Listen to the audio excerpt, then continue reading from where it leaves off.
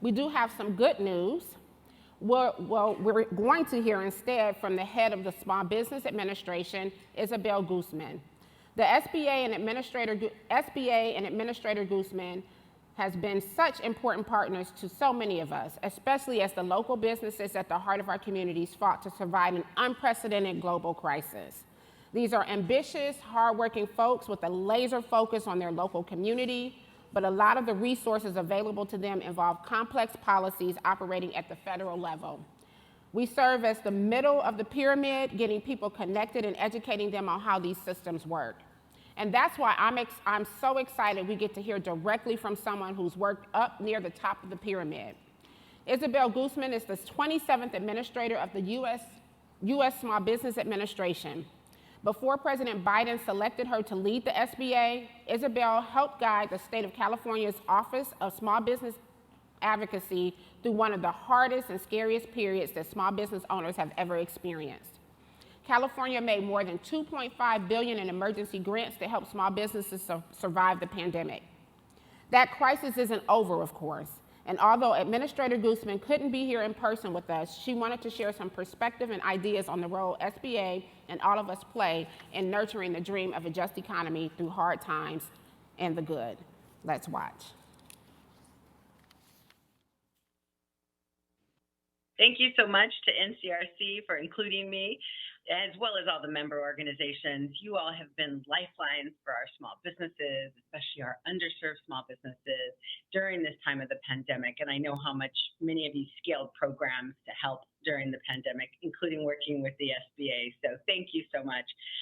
You know, the NCRC and its member CDFIs and other mission lenders across the country, many of them new to SBA, were a key part of our historic distribution of PPP and a network expansion that has really powered up the SBA to better serve our underserved small businesses. And especially as we navigate these challenging times where our businesses need us now more than ever, it gives me great hope for the future and what we can accomplish together. The CDFIs, the CDCs were so key during the Biden-Harris administration and our efforts to make sure that COVID relief got into the hands of those businesses it was truly intended to serve, those who had high impact and were really in need of connection to some great resources in the community. And as a result of our great work in 2021, 96% of our PPP loans went into small businesses with fewer than 20 employees, and we did more in rural and low-income areas, and so really focused on trying to shift that relief into the businesses who really needed saving.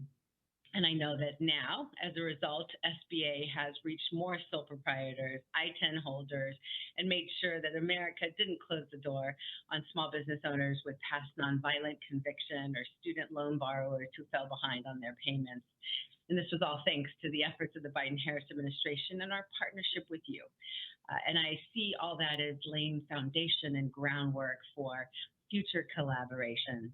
You know, with actions taken during the American Rescue Plan, from vaccinations and critical COVID financial relief, we've navigated Delta and Omicron, and we're continuing to navigate supply chain disruptions and inflationary pressures. We've experienced the fastest economic growth in 40 years and the strongest job creation in U.S. history. And of course, small businesses have underlined that great boom that we've seen, with more small businesses starting in 2021 than any year on record by 20%. And with 5.4 million people decided last year in 2021 to start their business anew. And so that gives us great hope for the future as we look to navigate the economic transition and make sure that we can build a strong, stable economy that really works for our families and small businesses. And my priority is to continue to fuel our economy by giving small businesses the resources and the support that they need to recover, start, as well as grow and be resilient. And I know we can do that and accomplish great things in partnership together. Across the Biden-Harris administration in particular, we are committed to building a better America by shifting from an old, outdated, trickle-down approach to one that really centers our workers and families and small businesses by building from the bottom up and the middle out. And small businesses are giants in our economy, And we are at the SBA focused on helping to deliver that American dream of business ownership to more Americans. I know firsthand from my own experience in entrepreneurship and coming from a family of entrepreneurs, what an impact it can have on building wealth for families and communities. It's a critical path to opportunities, and especially right now as we're looking towards investing in America and building up opportunities for more.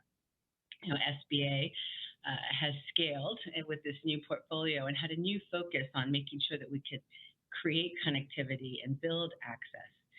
And as a result of the efforts that we've made in 2021, Reimagine Main Street survey showed that 3 in 4 respondents trust the SBA.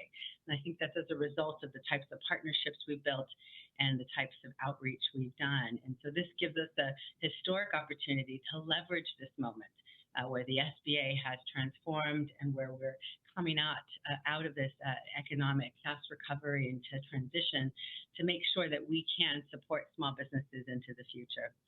There have been silver linings of this pandemic, and these are some of them, just that our programs have evolved as a result of 2021 relief. We're focused more on creating simple, streamlined processes as well as leveraging technology.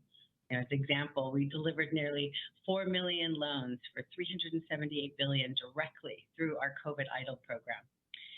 That's a disaster lending program that has scaled to support communities for the last 68 years. But importantly, we looked at it from a perspective of meeting our businesses where they are to support them with the relief they need. Same across our other relief programs like the Restaurant Revitalization Fund, reforms in PPP 2021.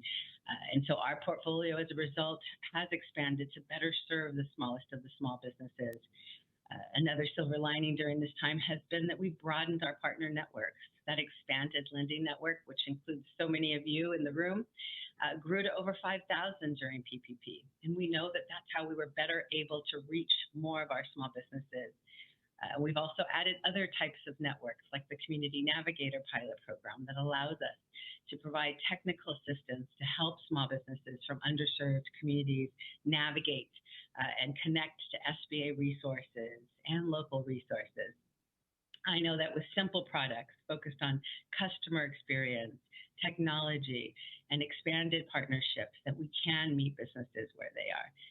And we can never forget who those customers are. The face of entrepreneurship is changing.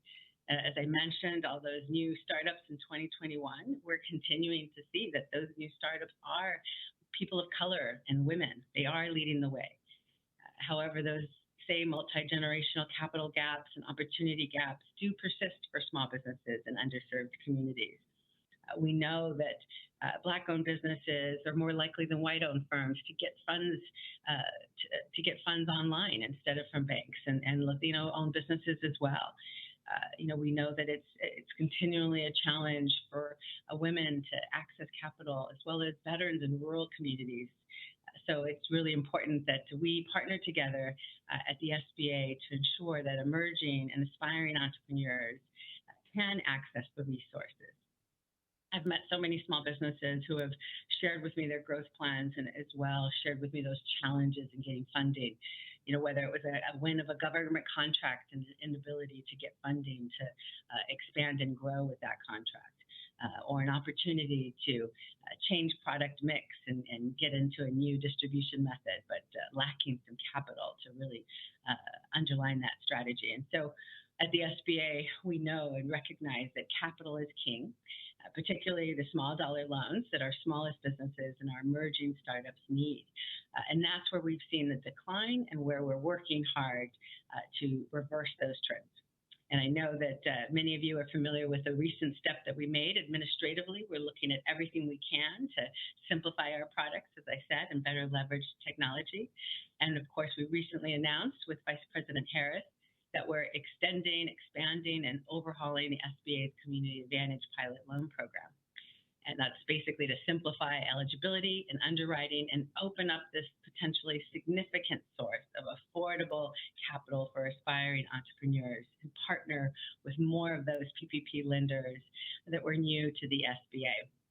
And so we look forward to many of you leveraging this new program, applying to become a Community Advantage lender in the coming days to ensure that we can strengthen the partnership, which we know is of interest to many of you. We've worked, of course, closely with NCRC. It's been a vital source of guidance in our effort to overhaul the Community Advantage program, build it up to strengthen it for the future.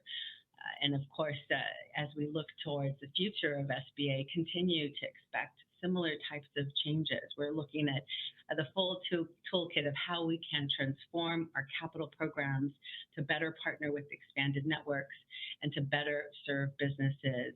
We know they're structured differently. They have, especially for underserved communities, need more flexible eligibility and underwriting criteria.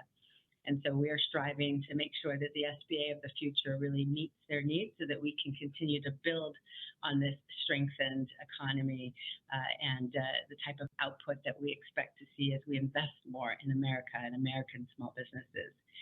SBA continues to support our small businesses as we navigate this pandemic and the continued effects of inflation and supply chain. And we look forward to partnering with many of you to make sure that we can build those relationships and that you can leverage our expanded networks as well. We've increased our women's business centers at HBCUs by 3 times, recognizing that Black and Brown women founders are those starting businesses at the highest rates. As well, we've invested in community navigators through American Rescue Plan to make sure that there are trusted local organizations on the ground working to build up capital readiness across our small businesses. With the changes that we're making in our capital programs, with this expanded network focused in underserved communities, we know that we'll be able to better serve small businesses of today and tomorrow as they look to continue to survive and grow and thrive into the future and build resilient businesses. So just know that we look forward at the SBA to continuing our partnership with the NCRC. We value your work. We value the work that you do in communities and look forward to the future that's led with mission lenders focused on helping our underserved small businesses overcome capital gaps. Thank you so much for your time.